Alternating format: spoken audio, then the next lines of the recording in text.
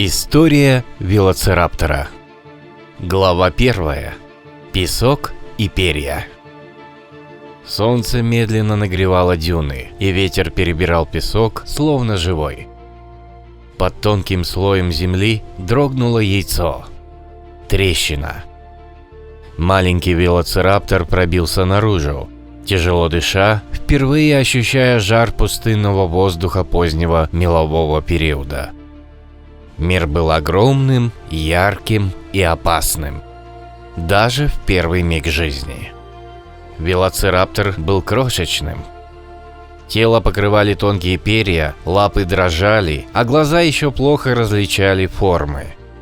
Но инстинкт уже работал. Двигаться, искать тепло, держаться рядом. Вокруг были другие, такие же маленькие, неуклюжие и живые.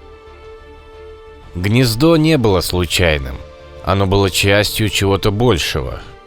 Взрослый силуэт неподалеку наблюдал за ними, не вмешиваясь, но и не уходя. Первые дни прошли в страхе и тишине. Они прятались среди песка и редких кустов. Слушали каждый звук. Мир был полон хищников, и даже они сами однажды станут такими же, но пока они были добычей. Он учился ходить. Сначала неуверенно, падая, цепляясь когтями за рыхлый песок. Потом быстрее. Его хвост вытягивался, помогая держать равновесие. А маленький серповидный коготь на лапе уже был заметен, хотя еще не опасен. Голод приходил часто. Маленький велоцираптор клевал все, что находил. Насекомых, мелких ящериц, даже остатки чужой добычи. Иногда взрослые приносили пищу, и тогда маленькие велоцирапторы спешили, толкая друг друга и хватая куски. Но еды всегда было мало. Однажды один из них не поднялся. Мир не остановился. Остальные просто продолжали жить. С каждым днем наш герой становился быстрее. Его движения становились точнее, а взгляд внимательнее. Он начал замечать мелкие детали: дрожание песка, движение тени, звук крыльев насекомых. Однажды малыш впервые попытался охотиться. Маленькое существо, быстрое, но неосторожное, пробежало рядом. Наш герой замер и бросился вперед. Прыжок был неловким, а удар слабым. Промах. Но велоцираптор не испугался. Он попробовал снова. Юность еще была далеко, но в нем уже просыпался хищник. Маленький, неуверенный, но настоящий. Пустыня не прощала ошибок, но она учила. И каждый день делал нашего героя чуть сильнее. Глава 2. Быстрее ветра. Песок больше не казался ему чужим. Подросший велоцираптор двигался по дюнам легко, почти бесшумно, словно сам ветер научил его ходить. Детство отступало. Его лапы окрепли, движения стали точными, а взгляд цепким. Он уже не просто реагировал на мир. Он начал понимать его. Где прячется добыча, когда нужно ждать, а когда бросаться. Он больше не был один. Рядом другие, те, кто выжил. Они не всегда были вместе, но часто пересекались, двигались в одном направлении и наблюдали друг за другом. Между ними не было слов, только движения, взгляды, инстинкты. И иногда совместная охота. В один из жарких дней они заметили мелкого ящера, скрывающегося среди камней. Он был быстрым, но не настолько. Один из юных велоцирапторов сделал резкий рывок, вынуждая добычу сменить направление. А там ждал наш маленький герой. Прыжок. На этот раз его коготь нашел цель. Не идеально, не сразу, но достаточно. Добыча дернулась и замерла. Это была первая настоящая победа. Он почувствовал это. Не просто насыщение, а уверенность. Он смог, он сумел. Но пустыня не давала расслабиться. Однажды небо потемнело, и ветер усилился. Песчаная буря накрыла все вокруг. Наш герой успел укрыться среди камней, прижавшись к земле. Песок бил по телу, забивался в перья, резал глаза. Но велоцираптор пережил. Но не все. Когда буря стихла, мир изменился. Следы исчезли, знакомые запахи растворились. Некоторые больше не вернулись. Наш герой стал осторожнее.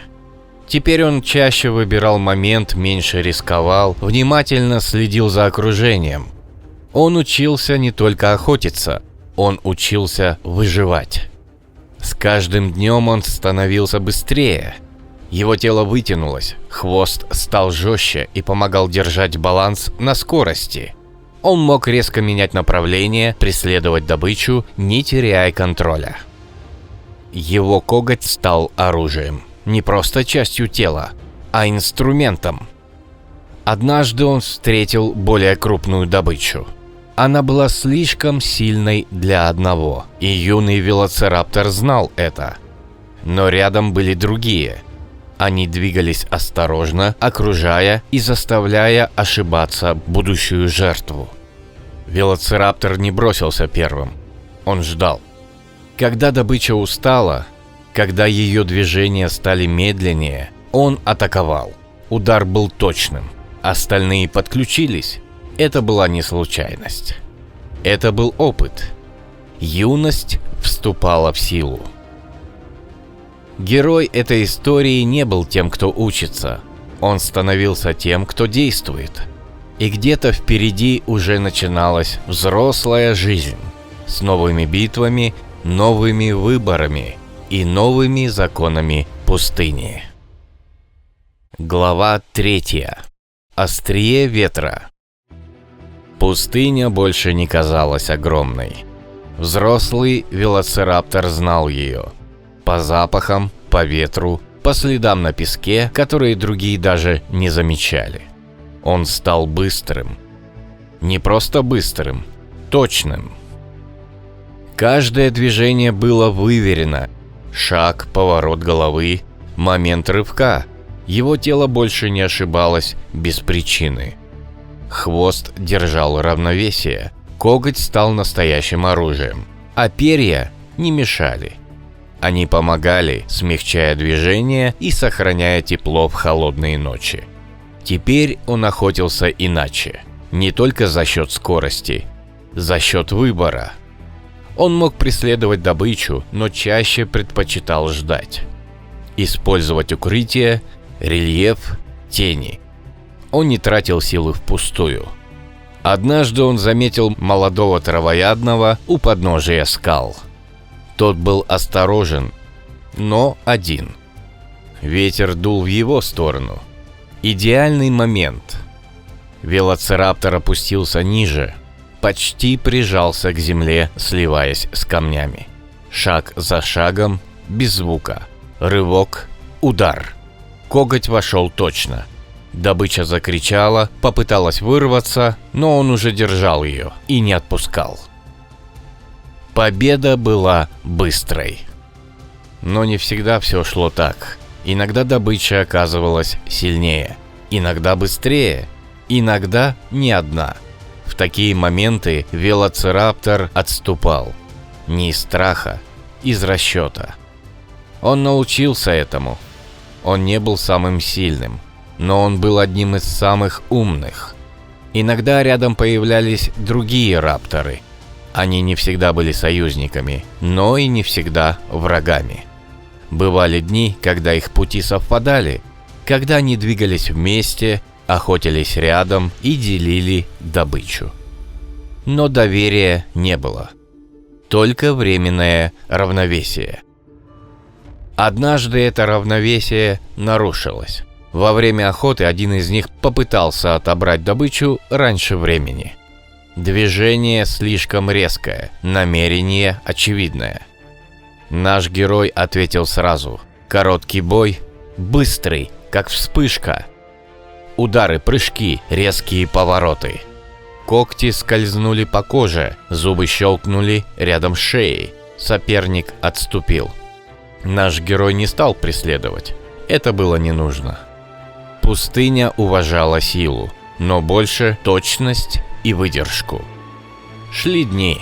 Он становился опытнее, осторожнее, опаснее.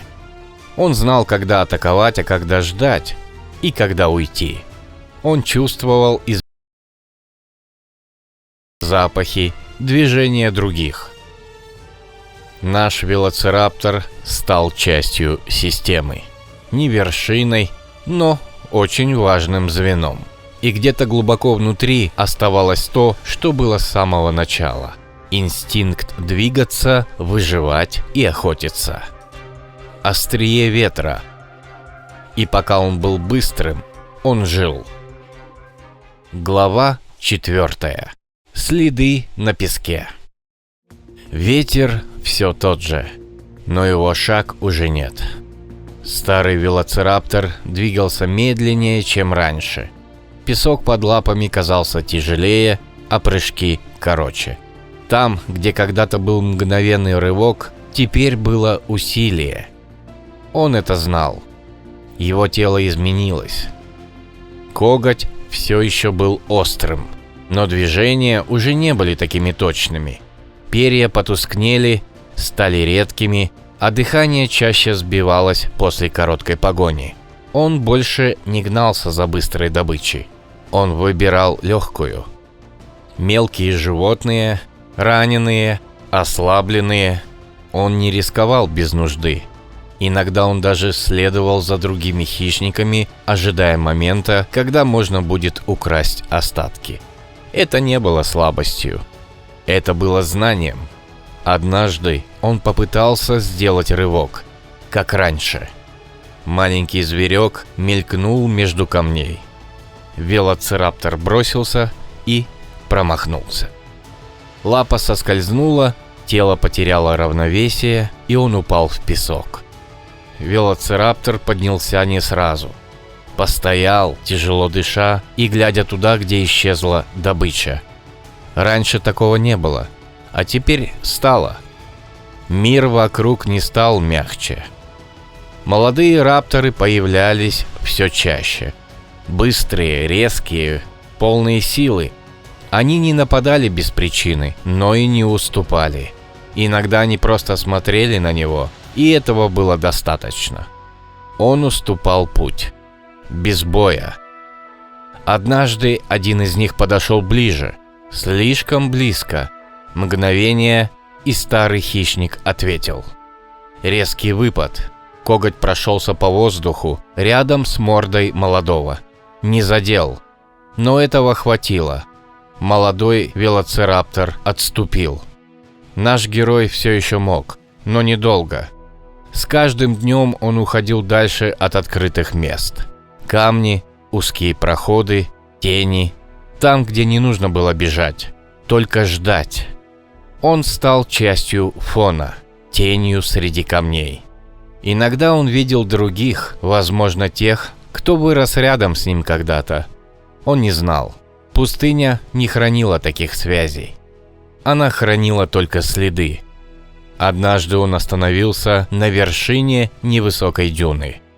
Ветер шел навстречу, принося знакомые запахи: пыль, сухую траву и жизнь.